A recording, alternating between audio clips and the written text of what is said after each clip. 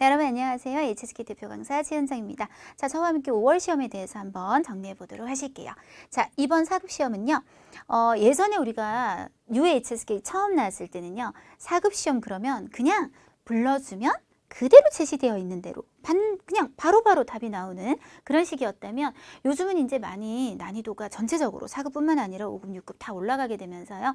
4급에도 유추형 문제가 참 많이 늘어난 것 같아요. 그래서 유추형이라고 하면 좀 생각을 해서 내가 들은 것과 답이 똑같은 내용은 아니라는 거죠. 그래서 약간 생각을 해서 한번 더 다른 표현으로 바꾼다거나 이런 문제들. 그래서 1부분에 2문제, 2부분에 3문제, 3부분에 5문제. 이렇게 유추형이 많이 섞여 있었다는 거. 그래서 점점 이런 비중이 들어갈 것 같기는 해요. 그래야 우리가 좀 이렇게 전체적으로 난이도 조절이 되겠죠. 자, 독해 같은 경우에 일부분 단어 넣기는 뭐 내용이 그렇게 어렵지는 않았는데 몇 개 단어가 우리가 4급 어휘 하면 이만큼은 이제 외우면 학생들이 유난히 잘 외우는 단어가 있고 조금 뭐라 그럴까? 가쪽으로 빠지는 그런 단어들이 있다면 그런 데서 조금 몇 단어가 나와서 혹시 어렵지 않았을까라는 생각은 들었지만 사실 해석이 어렵거나 뭐 찾기가 어렵거나 그러지는 않았고요. 네, 이 부분 순서 나열하는 거는 관련사 이런 흐름을 통해서 위에라든지 지시대사, 인칭대사, 워나, 니나, 저나, 나를 통해서 흐름을 탁탁 잡을 수 있는 것들이 굉장히 많이 출제되었기 때문에 첫 문장 찾아내고 또 2개 금방 나열하고 이런 것들이 많이 어렵지 않았고요.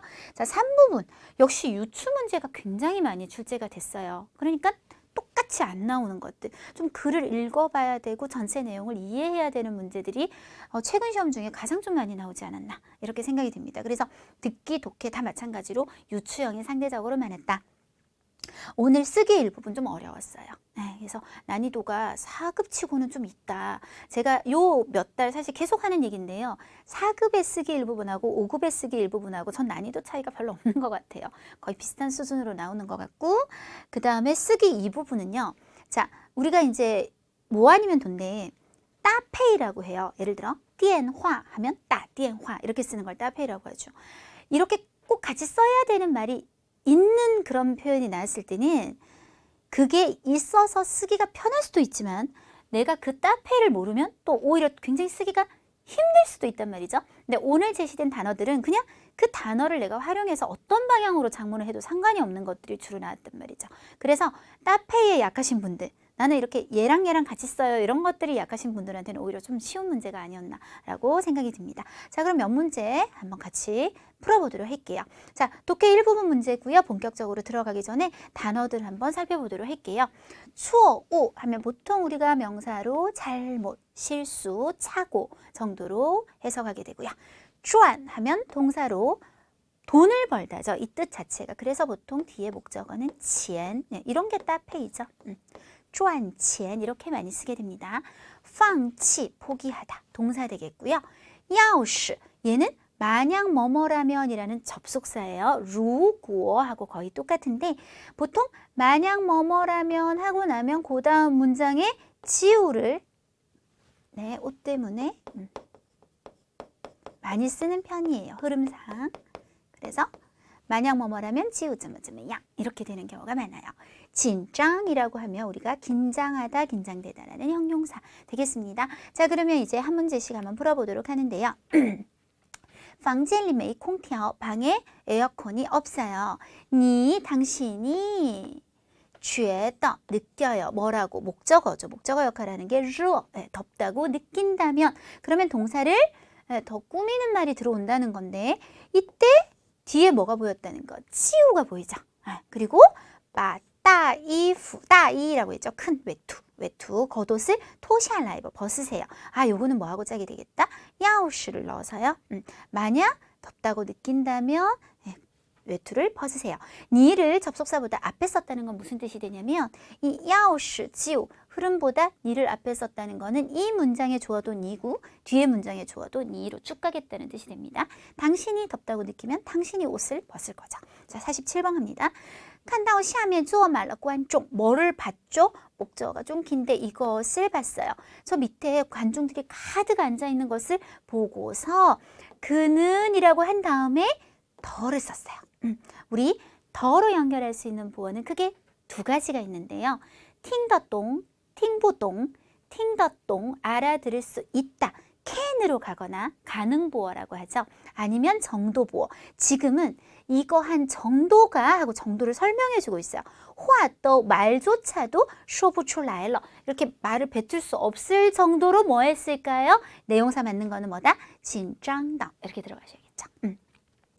以我对周教授的了解, 내가 주 교수님을 아는 바에 따르면 这个问题不解决, 만약 이 문제가 해결이 안 되면 他是 그녀는 不会什么什么的. 우리 조동사 호이가요. 더하고 같이 쓰이는 경우는 뭐뭐일 것이다 라는 추측이나 가능성을 나타냅니다. 그래서 不会什么什么的 하면 뭐뭐 하지 않을 것이다. 조동사를 썼으니 동사가 들어가야 될 것 같아요. 동사 중에서 지금 내용하고 맞는 거는요. 포기하지 않을 것이다. 그러면 이미 3개는 끝났고 2개 남았어요. 他大学毕业后, 대학 졸업 후, 就开始做生意, 바로 장사를 시작했대요. 듣기로 이 몇 년간 러가 보이죠? 동사 들어가고 맨 끝에 목적어가 钱, 무슨 钱? 赚钱. 그럼 마지막은 끝났네요. 你看得真仔细. 더 역시 정도보어 들어오고 있어요. 본 정도가 정말 자세하게 보셨어요. 连什么什么都 뭐뭐조차도 라는 구문이에요. 강조하는 거예요. 이렇게 작은 초우, 잘못이나 착오조차도 能发现 발견할 수 있군요. 이렇게 하시면 되겠네요. 자, 독해 1부분 한번 살펴봤고요. 독해 2부분. 자, 앞을 보니까요. B에 뭐가 있냐면 否则라는 4급 접속사가 있습니다. 영어로 치자면 if not, 즉 만약 뭐뭇이 아니라면. 얘를 쓰기 위해서는 반드시 앞에 배경이 있어야겠죠. 거기에 위에가 보이고 있어요. 뭐뭐 하면 할수록 뭐뭐 하다. 그러면 내용상 요게 앞인지 요게 앞인지 한번 보도록 할게요. 그러면 요 2개는 어쨌든 붙어 나올 거란 얘기거든요. B씨든 C비든 일단 앞에 A가 오는 것은 분명하죠.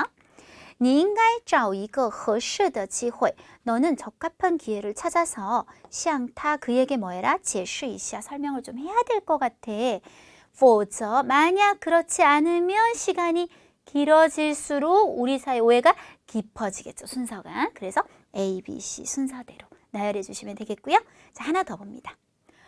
我先 먼저 모두들에게 跳一遍 한번 춤을 춰볼게요. 라고 했고 然后 그런 다음이라는 말을 썼어요. 그래서 먼저 뭐뭐 하고 그런 다음.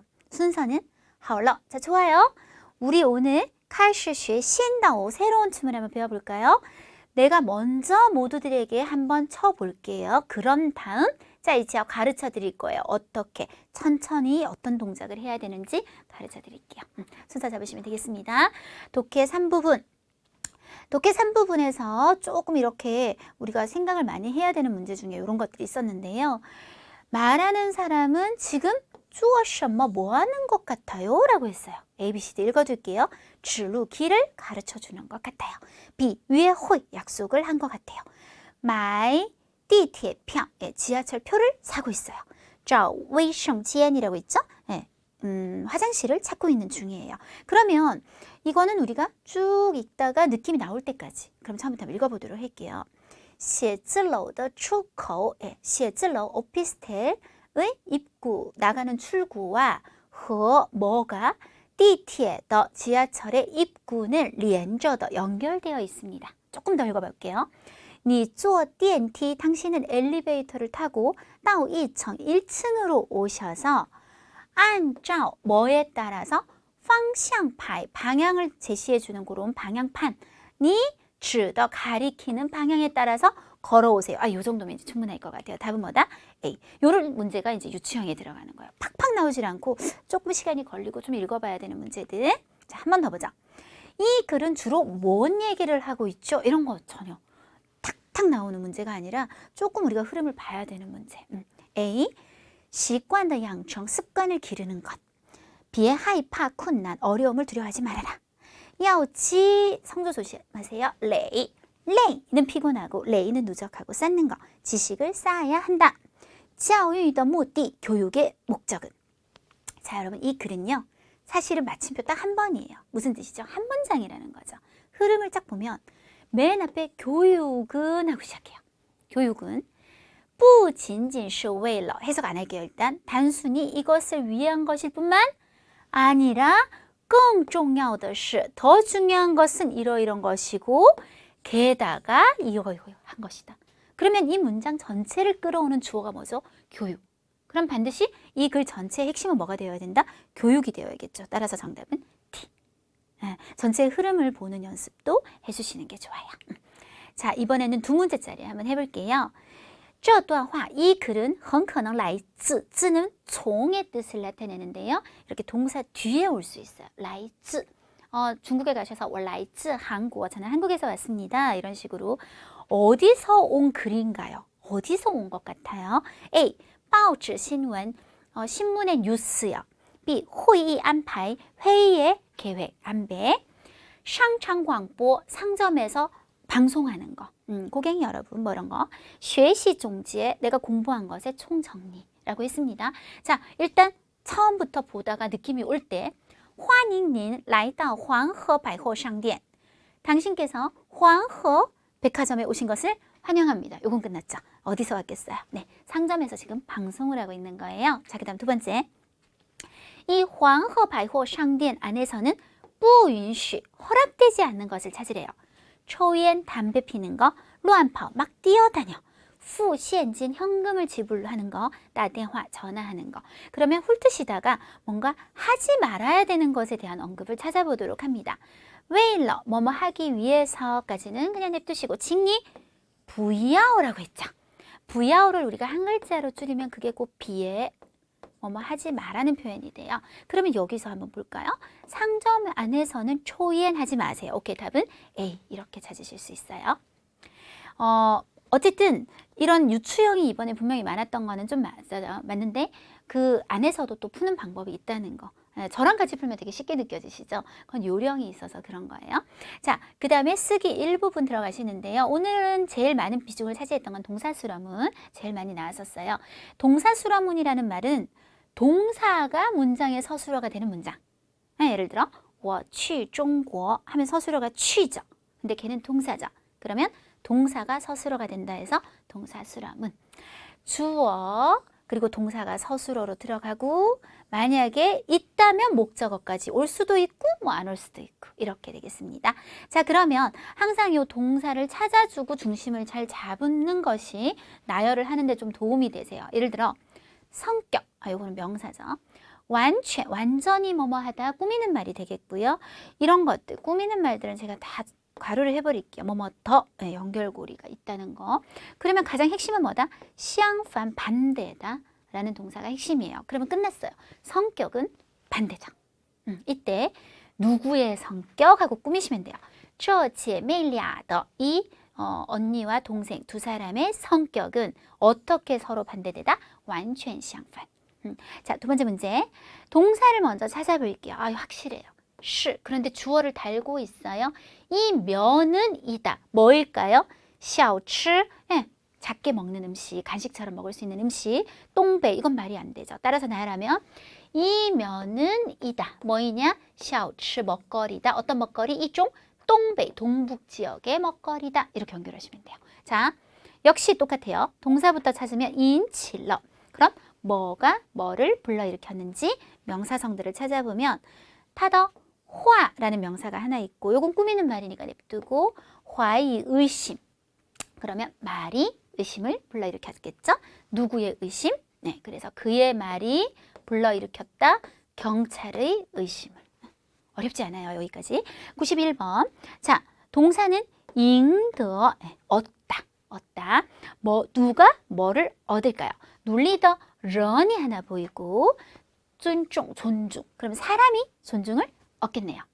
차이, 부사나 호이, 조동사가 동사 앞에서 꾸며주는 역할을 할 겁니다. 그래서 노력하는 사람이야말로 뭐 할 것이다? 존중을 얻게 될 것이다. 자, 이렇게 하시면 돼요. 또 해볼게요. 동사부터 찾아요. 이런 더 붙어있는 건 다 꾸미는 말이에요. 放在, 그러면 이 동사는 어디에 놓다니까 뒤에 장소나 위치가 나와야 돼요. 장소나 위치가 뭐밖에 없죠? 桌子上, 이 둘은 붙어야 돼요. 그러면 명사성 하나밖에 없어요. 얘가 주어네요. 신청서, 填好的, 다 채워넣은 신청서는 놓아주세요. 여기에다가. 되셨죠? 자, 동사부터 찾아볼게요. 쫑짜이는 부사로 뭐뭐 하는 중이다. 나중에 꾸밀게요. 뭐뭐 더 꾸밀게요. 어법. 예습하다 동사 찾았어요. 그러면 그가 어법을 예습하겠네요. 얘가 주어, 얘가 목적어. 이제 나열만 잘하시면 돼요. 그는 正在 뭐 하는 중이에요? 예습하는 중이에요. 下节课的 다음 교시의 어법을 이렇게 되셨죠? 자, 또 동사부터 찾아요. 真正的 꾸미는 말 가로 해버릴게요. 时间和距离的 꾸미는 말 빼버릴게요. 그러니까 뭐만 남아요? 不受 받지 않는다 동사. 그럼 뭐가 뭐를 받지 않을까요? 우정이 어떤 영향을 받지 않겠죠. 의미상 얘네들만 잘 나열하면 진정한 우정은 받지 않아요. 시간과 거리의 영향을 이렇게. 되셨나요? 네, 동사 수라문이었습니다. 서술성 목적어를 가지는 동사. 거의 매번 나오는 문제예요. 대부분의 동사는 뒤에 명사나 대명사가 목적어로 와요. 생각해보면 쉐, 한유 명사죠. 칸, 타 대명사죠. 그런데 어떤 동사들은 뒤에 형용사나 동사가 꼭 목적어 자리에 들어가야 되는 애들이 있어요. 예를 들어 가장 대표적인 게 觉得 我觉得他 이상하죠? 그녀를 느껴요, 막? 자, 我觉得她很漂亮 지금 제가 이렇게 가로로 묶어놓은 만큼이 전부 목적어 역할을 해요. 이때 여기 뭐가 섞여 있냐면 형용사. 그녀가 예쁘다고 생각하다. 이런 형용사가 하나 좀 들어가야 된다거나 我觉得 나는 또 어떻게 생각한다? 他应该学汉语 이번엔 동사. 걔 중국어 꼭 배워야 한다라고 생각한다. 이런 형용사나 동사는 주로 중국어에서 뭐가 되냐면 서술어가 많이 되죠. 그래서 이런 서술성 단어를 목적어로 가지는 이런 觉得 같은 동사를 서술성 목적어를 가질 수 있는 동사라고 해요. 자, 지금 94번에서 뭐 这张 이런 건 다 꾸미는 말이고요. 适合가 바로 이런 서술성 목적어를 가지는 동사 중에 하나예요. 뭐뭐 하기에 그 다음 적합하다. 그래서 일단 나열하면 하고요. 이 산수화는 적합해요. 그리고 목적어가 긴 거예요. 근데 그 안에 또 동사가 들어가 있는 거죠. 挂在客厅 거실에 여기 또 동사가 있는 거죠. 걸기에 적합하다. 이렇게 한 번 더 들어간다고 생각하시면 됩니다. 빠짜문, 빠는 우리가 무조건 해석을 뭐뭐을, 뭐뭐를 이라고 하시면서 똑같은 말은 지향을 쓰셔도 되고요. 주어가 뭐뭐를 어떻게 했다라고 쓰게 되시는데 부사와 조동사는 빠보다 앞에 써주는 습관을 들여주시고 동사 뒤에 반드시 뭔가 붙어야 돼요. 빠는 하다못해 뭐 러를 쓴다거나 지금 보면 씻은 결과 깨끗해졌다. 결과 보어도 썼고 러도 썼죠. 반드시 뭔가가 더 나와야지 빠자문 뒤에 동사가 여기서 끝났다. 그건 틀린 거예요, 여러분. 반드시 뭔가 조금 더 뒤에 성분이 나와줘야 됩니다. 자, 지금 빠가 들어올 거라고 우리한테 말을 해주고 있고요. 동사를 일단 찾아야 돼요. 준따 어디에 보존을 하거나 돈 같은 걸 저축했다. 근데 따오를 썼어요. 어디에? 그러면 어디에 라는 장소가 될 만한 것은 어디에? 盒子里 상자 안에. 그럼 사람 찾아. 누가? 남동생이. 자, 띄울게요. 남동생이 把零钱 잔돈을 어디다가 넣어뒀다? 盒子里 상자 안에 보관해 두었다. 이렇게 하시면 되겠습니다. 겸어문. 겸어문은 서술어가 한 문장에 2개 이상 보이게 되는데요. 우리가 서술어가 한 문장에 2개 이상 있는 것은 연동문도 있어요. 예를 들어서 我去中国学汉语 이런 문장도 보시면요. 저는 전자칠판 잘 못 써요, 여러분. 자, 동사가 2개, 서술어가 2개 보이죠. 근데 연동문은요. 누가 중국 가냐면 내가 중국 가요. 누가 배우냐면 역시 내가 배워요. 계속 한 주어에 동사들이 연이어서 나와요. 그래서 연동문이라고 해요. 겸어문도요. 서술어가 2개지만 연동문하고 어떤 점이 다른지 한번 살펴볼게요. 我让他学汉语 내가 걔더러 중국어 배우기 시켰다 그랬어요. 이때 누가 시켰냐면 내가 시켰어요. 근데 배우는 건 누가 배우죠? 그가 배우죠. 주어가 바뀝니다. 주어가 바뀌면 겸어문이 되고 쭉 가면 연동문이 된다. 이렇게 되는 건데 연동문이란 이름은 이름 자체가 느낌이 와요. 연이어서 동사가 막 온다고. 근데 겸어문은 이 말이 참 어렵죠. 왜 이유가 뭔데 겸어문이라고 부를까? 그 이유부터 설명을 좀 해드리면 사실은 이게 한 문장이에요. 내가 시켰어요. 그를 뭐뭐 하게 시켰다. 주어, 서술어, 목적어. 이번에는 이렇게 한번 보시겠어요? 그러면 또 그가 공부한다? 중국어로. 이게 또 한 문장이에요. 이렇게 두 문장이 연결이 된 거예요. 이때 연결고리를 하는 단어가 바로 타죠. 타는 두 문장의 연결고리 역할을 하면서 앞에 동사에게는 목적어가 됐던 아이가 뒤에 동사에게는 주어 역할을 우리가 겸한다고 해요. 그래서 얘를 겸어라고 불러요. 그래서 겸어문이라는 거는 겸어가 있는 문장 이런 뜻이 됩니다. 자, 오늘 겸어문 하나 나왔는데요. 여기 보면 이런 건 다 수식상분이고요. 동사가 가오샹도 있어요. 하지만 쭈허, 축하하다라는 말도 있다고요. 그러면 이걸 어떻게 나열해야 되냐. 쭈허가 V1, 가오샹이 V2라고 한 다음 사실은 이게 한 문장이에요. 당신을 축하한다. 맞죠? 그 다음에 사실은 또 이게 한 문장이에요. 네가 합격했죠. 어지 이상적인 대학, 원하던 대학에. 그래서 두 문장이 연결되는데 이때 니는 앞에 동사에게 목적어였지만 뒤에 가오샹에겐 주어 역할을 겸하면서 얘가 뭐가 된다? 겸어가 된다고요. 그래서 전체 겸어문. 해석을 할 때는 네가 원하던 대학에 합격한 거 축하해 라고 하시면 되겠습니다. 자, 아까 말씀드린 것처럼 쓰기 제2 부분 같은 경우는 따페이가 딱 정해진 그런 게 없었어요. 라오호 어떻게 보면요. 되게 쓰기 쉬울 수 있고 어떻게 보면 조금 그럴듯하게 쓰기가 참 힘들 수도 있는 그런 단어인 것 같아요. 뭐 아주 쉽게 쓰면 라오호 한다?